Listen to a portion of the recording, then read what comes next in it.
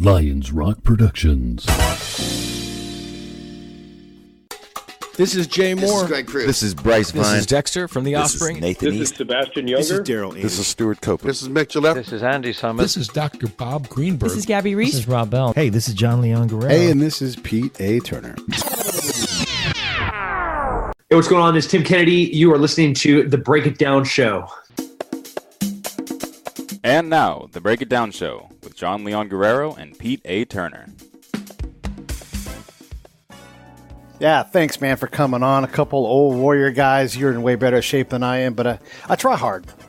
So that's going to be my thing. Man, you are impressive, dude. That's you've been all over the podcast world. Tim Ferriss's show, I was watching that today, listening to you talk. You've sat across from Lance Armstrong. You're a Special Forces, a Ranger, a Special Forces guy, a Bravo. Holy shit, a professional fighter with a crap load of victories, a black belt in jiu-jitsu. Man, what an impressive body of work. And you're not even old or nothing yet. Congratulations. Way to go. Well, all the things that you just said, that was the nicest thing that you said. Not old yet. I like that part. No, but seriously, so look, guys, in case you don't know, I got 1,000 combat patrols, right? So I've been out a lot. My body, I'm approaching 50, but my body is really mad at me. You know, my ears don't work very good. My eyes are starting to fail.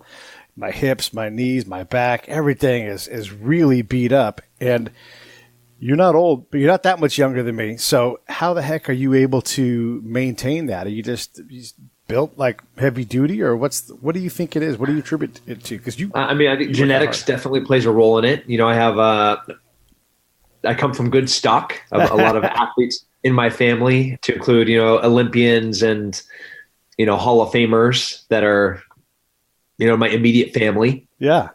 So definitely good genetics. And then, you were saying, like, how do you keep it up? Well, man, I just keep it up. I'll train 2 times today. I'll train 2 times tomorrow. I'll train 2 times on Wednesday.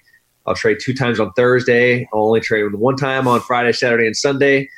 So, today I got up early, had a good breakfast, went and worked out. Then I went to the shooting range. I trained for 2 hours.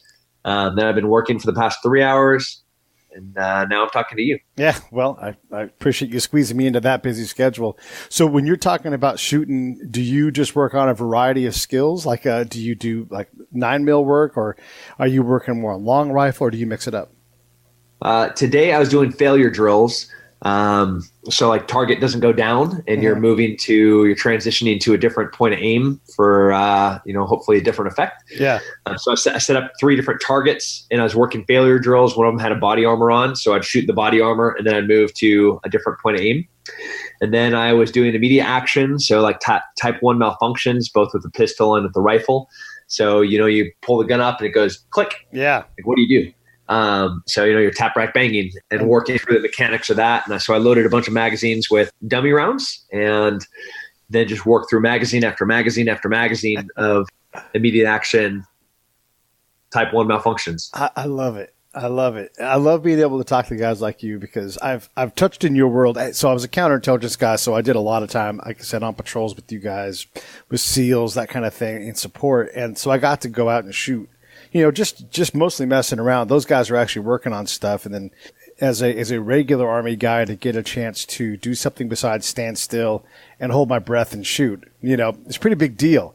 And I tell a lot of my friends, like when we talk about active shooter situations at school, like if you've got a pistol and there's hundreds of targets running around and you don't want to shoot them, that shot. Now listen, I talking to a guy that knows how to shoot and everything, like anything more than 10 meters out with all those variables amped up, the average person isn't trained to deal with that. Yeah, that's a choice though. Yeah. Like you're only as trained as you want to be. There's hundreds of really high level shooting instructors out there. Johnny Primo from Course of Action, to Travis Lloyd teaches with Sheepdog Response, to John McPhee, Sheriff of Baghdad, Matt Glover, Fieldcraft Survival, Frank Proctor. Yeah. Just the list goes on and on and on and on. Like, I go to those courses. Yeah. Yesterday I was at the Christmas Carol at the Zach Theater here in Austin. And I have my whole family with me, my brother's with me, my sister's with me, their kids with them, my daughter's with me, my 3-year-old's with me, my wife's with me. As soon as we sat down, I identified where the best place to have cover was. There was these vertical they're like 4 feet thick steel beams that went up the center on each of the corners, or the cornerstones of the auditorium. Well, that's where I'm shoving my family, and that's where I'm shooting from. Right. So like, I say you're only as prepared as you want to be. Like, yeah, I'm gonna enjoy a Christmas Carol, but it's your individual responsibility to make sure your family's safe. So as soon as I sat down, I already knew where I was going. I already figured out how I was getting out, and I already knew where I was going to be shooting from. I had the only 2 ways into the building I could see from where I selected my seats. I don't think there is such a thing as a victim. You've either prepared for it or you haven't. So you're either ready for it, and even if you lose, you're still not a victim. Right. Like if I was in that building and I shoot that guy that came in there, does that make my family members that are with me victims of an active shooter situation? No, dude, their dad just murdered a bad dude. Yeah. Sounds like a Friday. Sounds like a Friday. But I mean, if we're talking about a bunch of kids, though, they are victims if they're there to be at school, right? So that SRO has a lot of jobs, and you and I both know the level of work it takes to be proficient in an active shooter situation. It's not 1 hour a week, and ain't nobody got a budget to train a Tim Kennedy all the time like you want to be trained to be prepared for that. I don't have a sense for it, but maybe you do. What would it cost to get that deputy, that city officer proficient to where you're like, yeah, this person's ready? Like, how many hours a week? How many tens of thousands of dollars? Because most of those guys, you know how this goes, man. Most of those guys shoot a couple magazines a year. That's what's required for the minimum, right? But they really have this job that requires, I mean, especially because we're not going to have carbines in schools, to be proficient with a pistol like that, that's expensive. And as much as we don't want kids getting hurt, no one's like, I want to pay $150,000 a year to have this guy trained. Yeah, I mean, you're pretty close there. I would say at about $10,000 in ammo.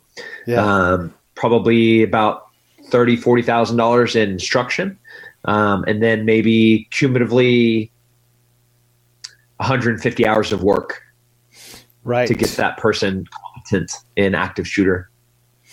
And the other thing is you come with a body of knowledge that likely that deputy doesn't have. I mean, yes, they're proficient at loading, and maybe they yell out sports and they say slap, pull out loud as they try to correct a malfunction.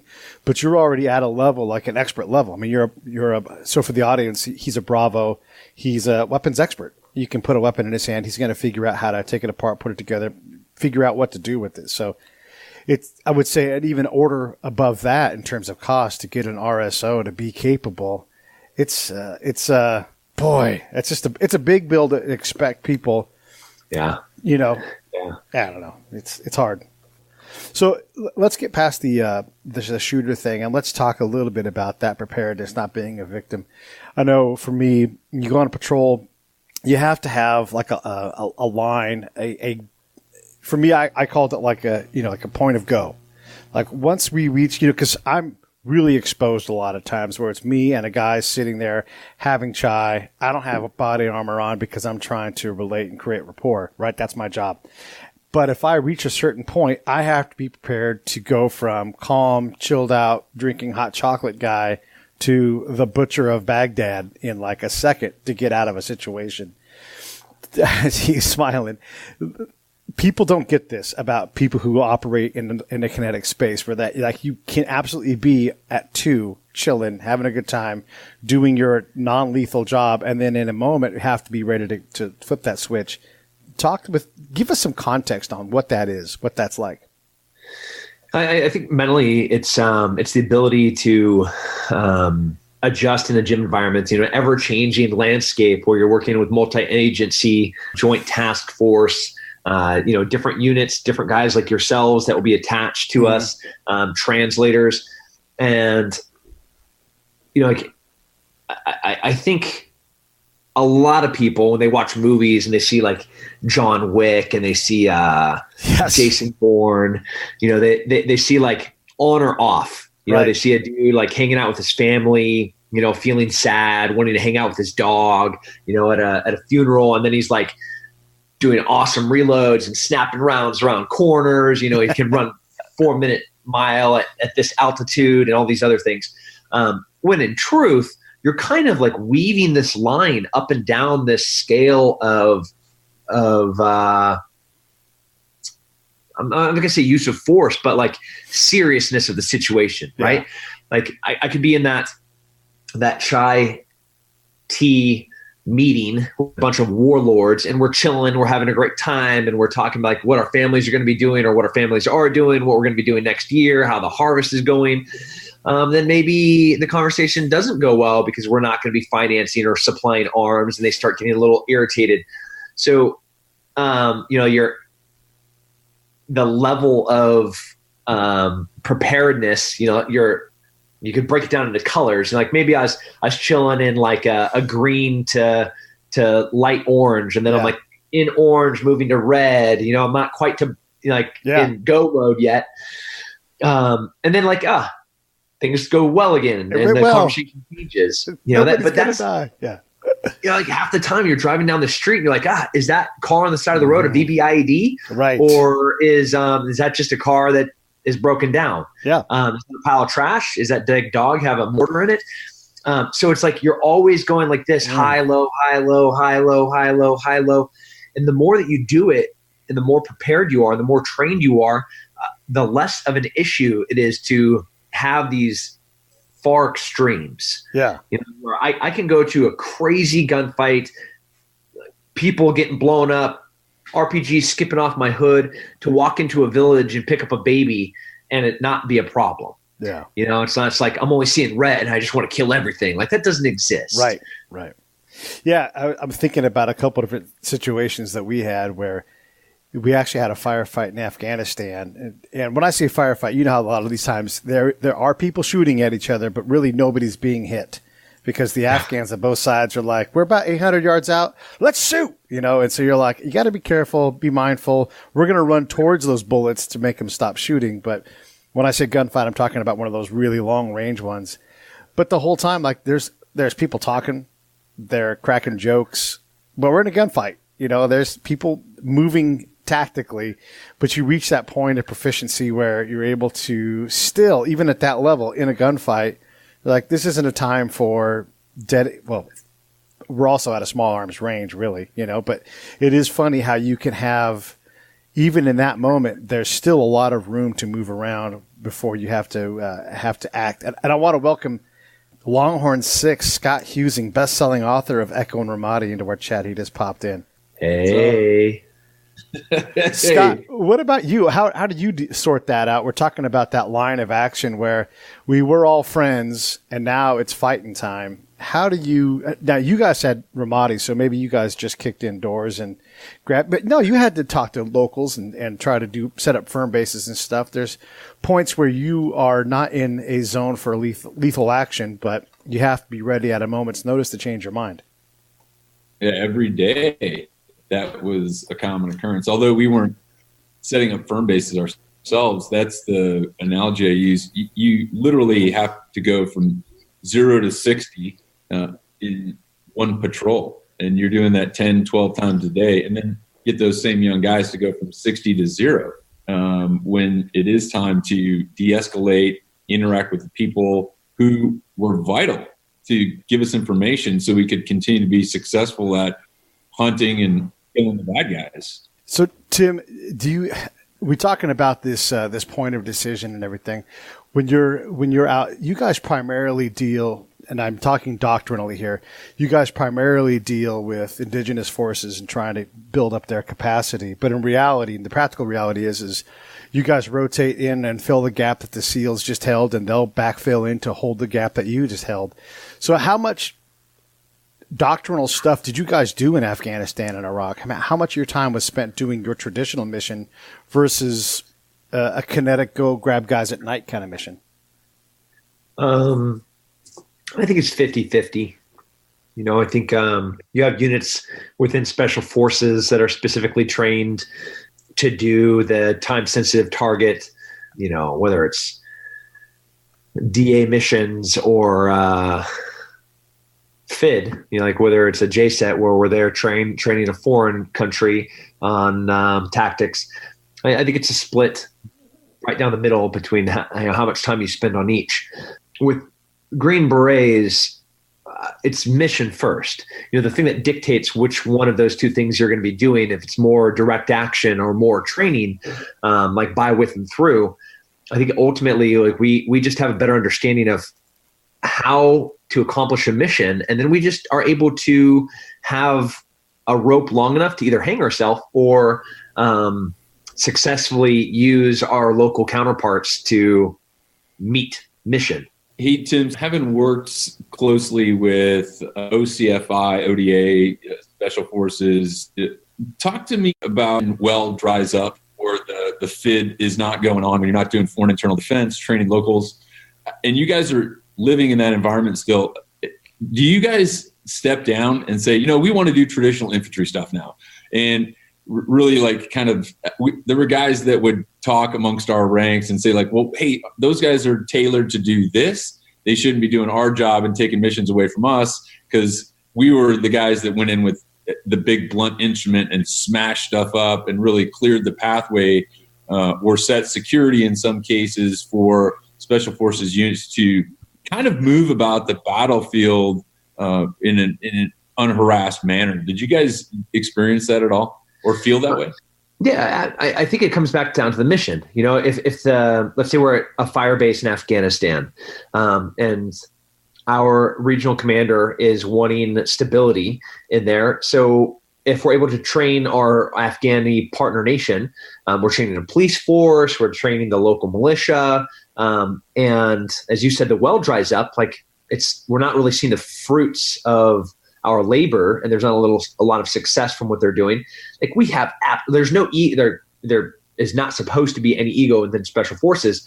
If we're going to take off that Green Beret and put on a conventional Army role and start doing force patrol, showing force presence, we absolutely do that. If again, that is supporting the mission of trying to provide stability within the region. A force patrol is a great technique for that, for them to see us, maybe even manning a checkpoint, doing an enforcement of curfew, teaching at the school, doing a health and welfare check at the local clinic, doing a veterinary, going down to a bunch of the farms and giving vaccinations and immunizations to the goats. There's a ton of ways to ultimately have mission success.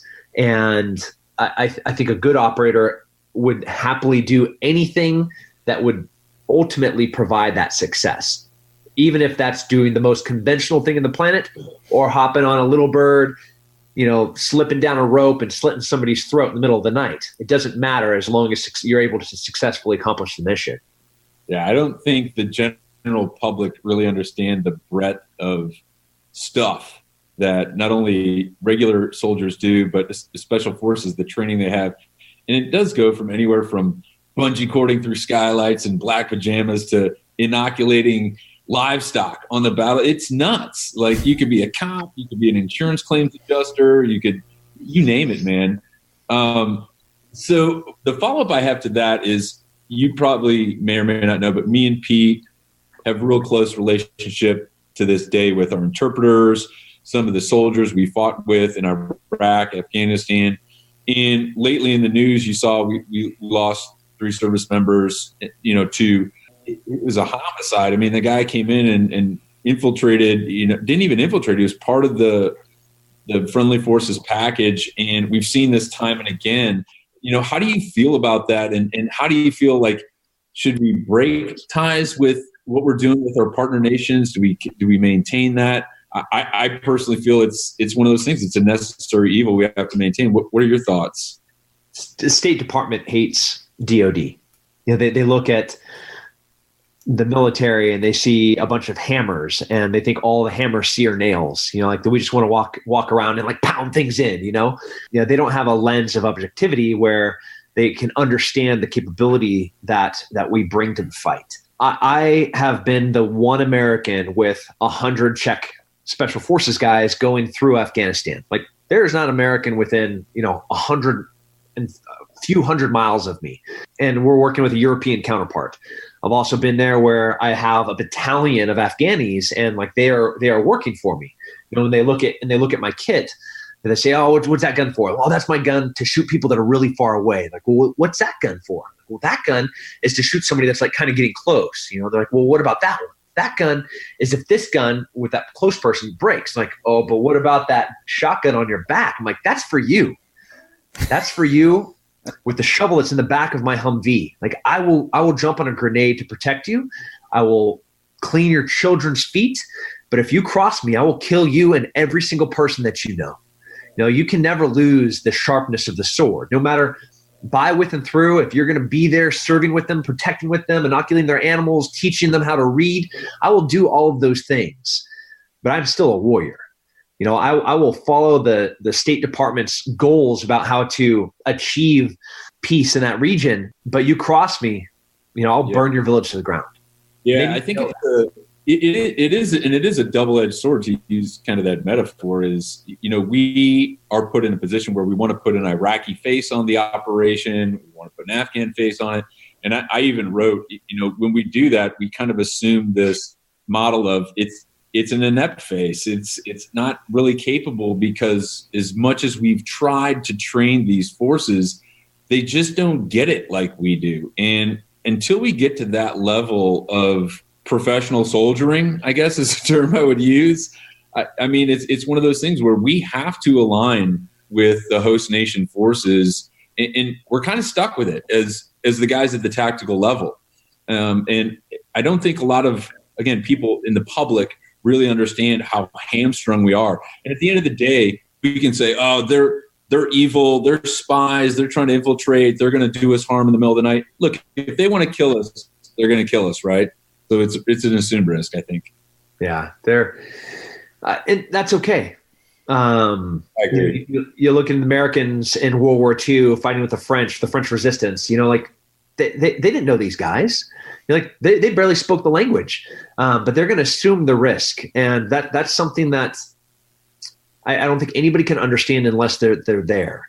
Unless they have smelled what it smells like to be working in these places, and to show somebody how to really do proper personal hygiene for the first time, and learn their kids' names and not really be able to pronounce them yet, and try to understand the cultural nuances that go along with it.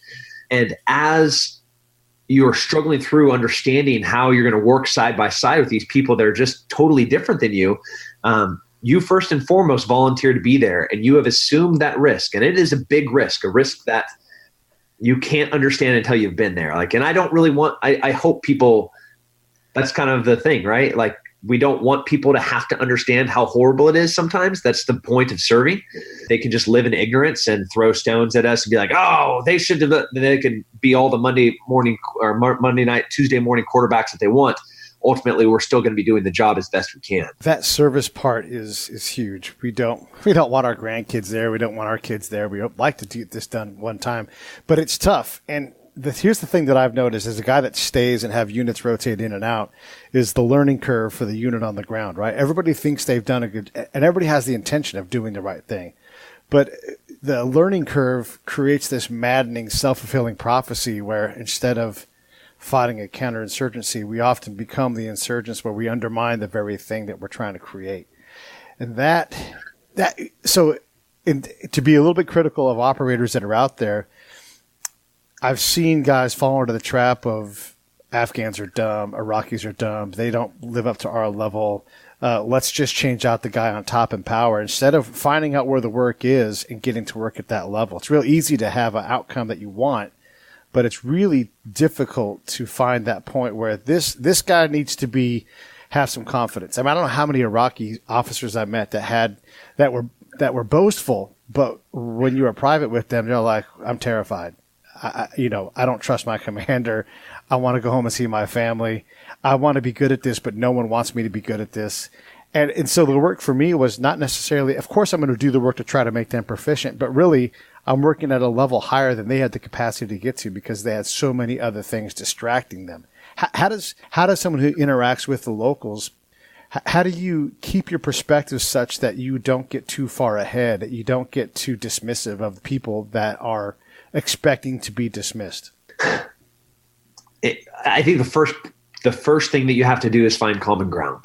That might be like when I'm in Africa, it might be soccer, it might be rugby, it might be running, it might be complaining about the food, it might be like whatever. It's finding something to build upon. The difficulty of dealing with the temperature, with the bugs, the lack of water, like whatever it is that you can start finding a shared problem, a shared interest. You have kids, I have kids, building on that. I couldn't agree more. I hate it. It is so frustrating listening to, a young guy coming to a team, getting deployed for that first, second, third time. And he's like, oh, he's stupid, insert kind of racist, but definitely derogatory name for whatever your local counterpart is. You're like, oh, they wipe their ass with their hand, or like they squat when they poop, or like, any of these things. And it's just a level of ignorance that you don't understand. It's a different culture. It's a different people. They've been raised differently. They have different access to absolute, we have more that is not in common than we have in common. But ultimately, like, it's mission first. Like, how are you going to successfully accomplish this mission? And for me, it's always finding that common ground and finding more common ground and finding more common ground and finding more common ground and keep building upon that until ultimately all we talk about is what we have in common, not what's different about us. Yeah, that's great. And you guys get trained a lot in culture, do a lot of training in that. That's actually pretty uncommon in the military for some reason. But I wanted to ask you, take the next step. So there's special operations going on across the river from us in Iraq, right? They're going cross province. So they're going from a province outside of Baghdad province, coming across the river into where I'm working, into my district area, and they're snatching up bad guys. And God bless, I want that to happen. But here's the problem. They were coming and grabbing him, and we would encounter these families and be like, we don't know what happened to Muhammad. He was here, and then he was gone. We're not sure what's going on. And so we were talking to the local authorities, the local police guy, and he's like, I don't know what's going on. I don't know who arrested that guy. I don't know. Maybe his brother's, So there was a lot of uncertainty. And so we sent a report up saying, hey, if we're going to arrest people, the police around here would like to have some kind of a warrant, some kind of a notice, so that at least when the family came to them locally, that they could say, oh yeah, for sure, Muhammad got arrested. So the next night, someone got grabbed, and they took the warrant and a knife and jammed it into the kitchen table. This episode of the Break It Down Show is brought to you by Lions Rock Productions. That's us. We publish, evaluate, and develop podcasts just like this one, consult others to build their own, and create associated content and content marketing strategies. So if you're launching or expanding your social media presence, your business or your personal brand, or if you just want to take your media presence to the next level, reach out to us on Twitter at Pete A. Turner or at JohnLG69 at the Break It Down Show. There's 1,000 ways to get a hold of us. Now enjoy the show. Someone got grabbed, and they took the warrant and a knife and jammed it into the kitchen table. And you're like, that's sort of the right thing. But what happens then, right, is the locals have been separated from the government. They're no longer in charge. They're no longer a resource of power. And what we've done at that moment is, yes, we've potentially taken a bad guy off the battlefield, insert all the caveats that go in with that. But we've also told a family that it's not really their government that's doing it. It's something else. And these are farmers. These are simple people. Are we even supposed to bridge that gap, Tim? Is that even something we can worry about? Yeah, we do worry about it, and we have to bridge that gap. If something's going to have an Iraqi or Afghani face, if something's going to have an African face, it has to be done through them. You also have to empower them. You have to trust them. You're like, oh, but like if I tell them ahead of time, there's going to be an informant that is going to tell, our target, and then our target's going to get blown. Like, can work through these problems. Yeah, that's where the work is. Yeah. They can get notified. You can have a separate unit that's notifying them as the target is being executed, and you can give them all the right information and be like, okay, this person is being arrested. This is what they're being arrested for. This is, we can't tell you where they're being taken, but like they're going to be questioned. They are going to be in custody. Here are the facts. Here's the proof. Here is our evidence. Like all of these things we can easily give to them that gives them the proper face to be able to execute the mission and successfully build rapport with the locals and, give freedom back to a bunch of struggling post-authoritarian victims. I think one thing that's your experience is giving you is like most, it gives you so much perspective. How did that translate? Let's talk about how that translates into your fighting career. And like, I mean, do the timeline for me. Were you fighting and then you joined and then you came back and you fought some more? You just couldn't shake it. You're like, I'm going to keep crushing this. And like, you're racking up like a massive amount of wins too. And how was that transition for you? Like the separation of it, the involvement. I mean, everything you've done. I mean, listeners need to know, like, as a mixed martial arts fighter and actor, and man, you like get around. I mean, they talk about military transition. Let's hear your story. Oh man, I never know how to explain this because it sounds fantasy-ish. Like so you're a top 10 fighter on the planet, and 9/11 happens, and you're in the middle of grad school, and then you enlist. Yep, that's true. You go directly to special forces, and then you go to sniper school, and you go to ranger school, you go to Iraq, you go to Afghanistan, you go to a special counterterrorism hostage rescue unit within special forces, and you're working for them while you're fighting. Yep, that's all true. And then you start fighting for world titles, and so like it's but it's all true. And ultimately, the Army was a command sergeant major and a general. They were watching a fight one night. They're like, a ranger from Fort Bragg, North Carolina, is fighting on a main event on Fox right now. Okay, that's one of our guys. So I get brought into an office like, hey, what are we going to do? And we ultimately figure out the best way to have me fight while still being in special forces. I'm still in special forces to this day. I'll be deploying Q1 of 2019. I'm still fighting. I'm still a business owner. I'm still an entrepreneur.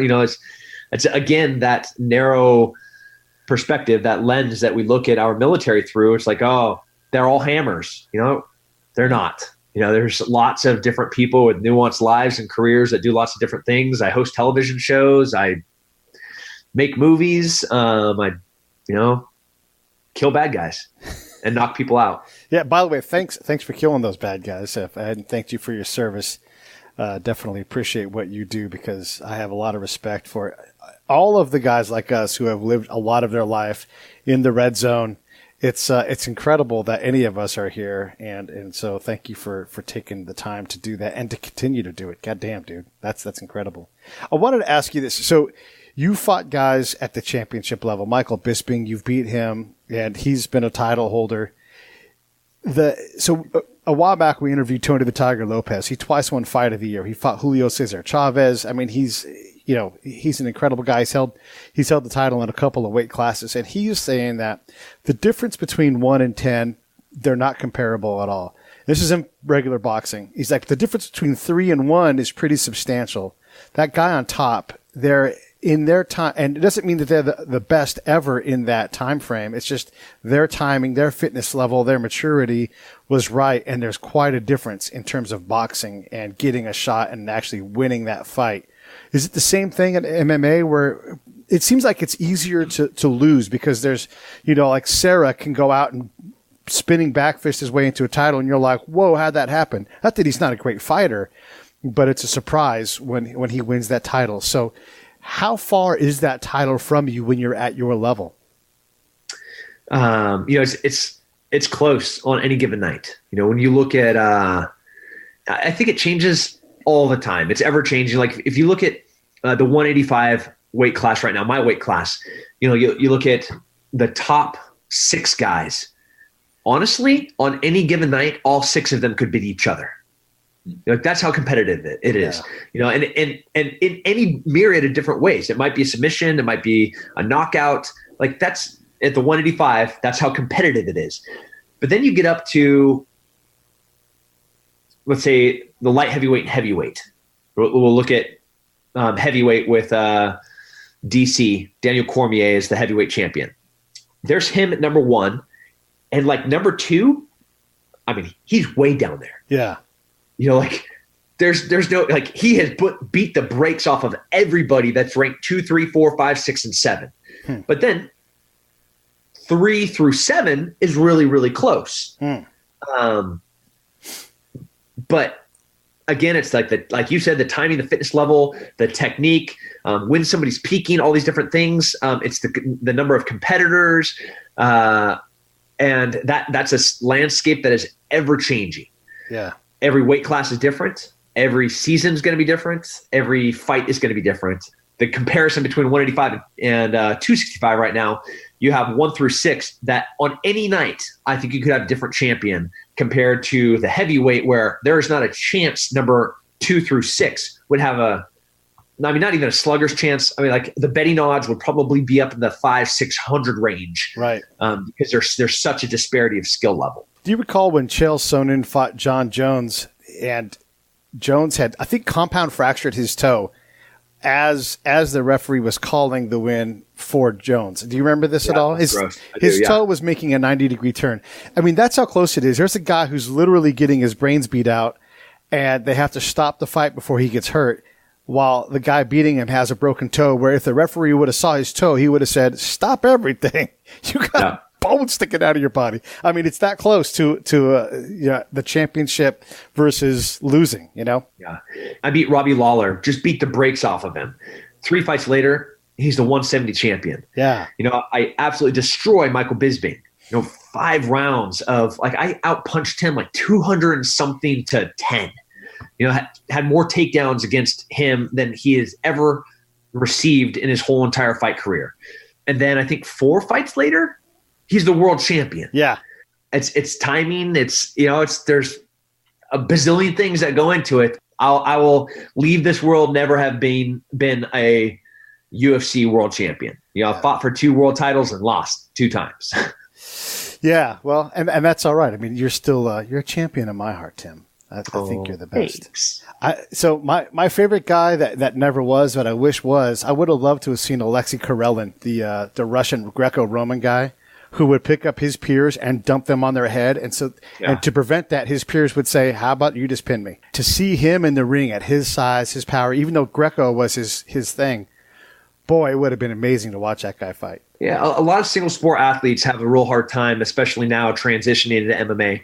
You know, in the early days, he probably would have seen a lot of success just because of his physicality and his technical ability in Greco-Roman wrestling. But now, the new generation of mixed martial arts fighters, they're good at everything. Yeah, that's true. You know, they're good at grappling. They're good at boxing. They're great at jiu-jitsu. They're just talented at all of it. Hey, what do you think of the Liddell Ortiz fight? Did you tune in for that? I know which camp you kind of come from, so what do you think? Let's hear your thoughts on that, because I have my own, but just because of my friendships. But yeah, I'm friends with both of them. You know, Chuck Liddell cornered me in a bunch of fights leading up into the beginning of my career. It's I don't like seeing either of them fighting still, but it's nobody's business to tell them when they need to be done. It's their choice.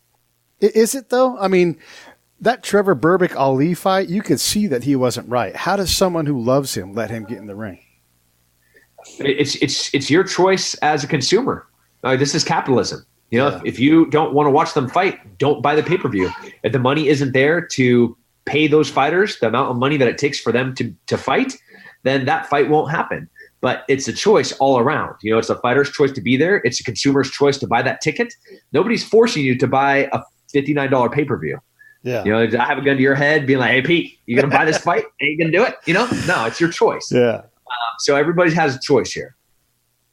It's really interesting seeing behind the scenes of that, because through my nonprofit, Save the Brave, I've met Tito, and he lives, you know, up the street from me. I live in Temecula, which is where Dan Henderson's gym is, and I met him a little bit. But to see the relationship when that first started building up for this rematch, and the banter and the social media jabs, and then after all of that, with Tito coming out on top, you know, those two are still, again, professionals, they're shaking hands, they're complimenting each other. And it's nice to see that in a sport that is so violent to most spectators. I mean, it is brutal. I mean, it makes boxing look like the merry-go-round outside of Walmart compared to, anything traditional. So I was happy to see that too, to really bring the fan base together. So, I mean, I think we enjoy the same thing as,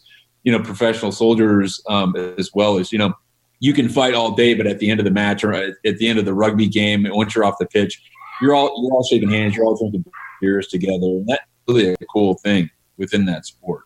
Yeah, it is. Hey, so what projects are you working on right now? Is it TV? I mean, obviously you're going to deploy soon, but until then, what are you working on? I'm almost done with a book. I'm writing it's not like an inspirational, it's not a leadership, it's not a military biopic. It's like, here's examples of all the things I did super dumb in my life, and here's how you can do those things better. So chapters 1 through 25 are the dumb stuff I did, and then all the rest are how to get better at it. Yeah, that's the idea. So book is kind of top of the list right now, time wise. Obviously, we're in a big retail season. I have a bunch of retail companies, Ranger Up and Whoobies and Sheepdog Response, that I'm working a lot trying to make sure that we have a successful Christmas. And then 2019 is going to be back to just balls to the wall. We have more television. We have I'm going to be helping the Army with recruiting. I have another company that we're going to be launching in 2019. So it's just work, Yeah. More. You guys can find Tim on Twitter at Tim Kennedy MMA. Same thing on Instagram. He's not hard to find. He's out there. He's always on someone's podcast. He's always participating. Scott, do you have any more questions for Tim? No, I'm glad I could hop in on this. I think it's you got so much going on. I mean, just growing up, did you ever think, you'd be doing what you do today, or have done what you've done? Was that the kid you saw growing up? Yeah, man. You look at I went to North County Christian School. It's a private school, and in kindergarten, you write in a book what you're going to do. I said I was going to be an Army Ranger, parachutist, pilot, sniper, karate guy. I wrote all of that in the book. Are you a pilot? Yeah. That's great. We still have it. Well, there'll be a picture of it actually in the book.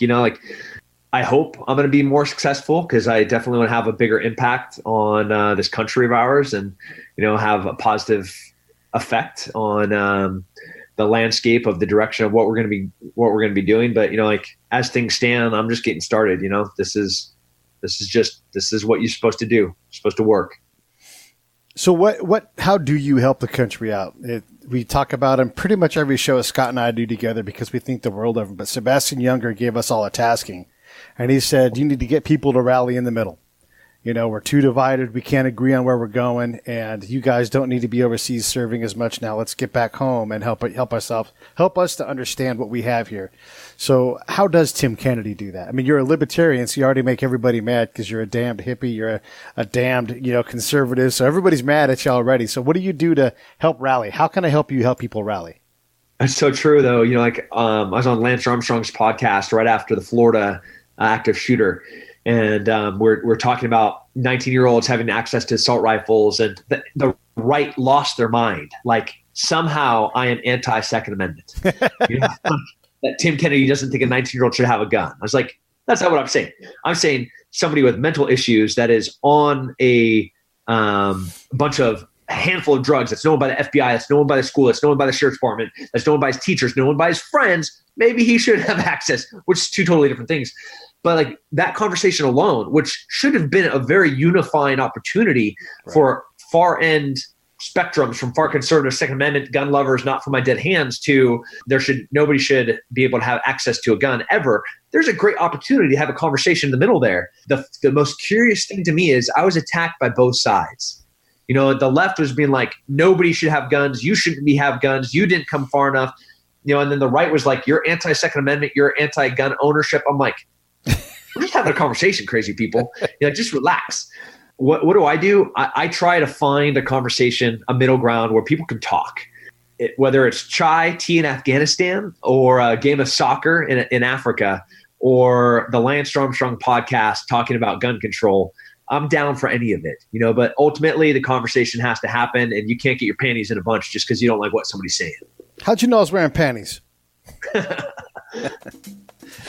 Yeah, well, thanks, man. I appreciate you coming on. It means a lot. Let's do some more of this stuff. And if you're ever interested in having some higher level political conversations, I'll grab us a political scientist, and we'll lean on them and see what we can figure out, because those guys are pretty smart, and it's fun to push on them from the practical side that we come at things from. It's one thing to say change the Second Amendment, and that I'm going to say, well, where are you going to get the votes? There's actual rules you have to do. Yeah, there's a law. We're a country of laws. Enjoy those laws. Yeah. Awesome, man. God bless America. Thanks for having me.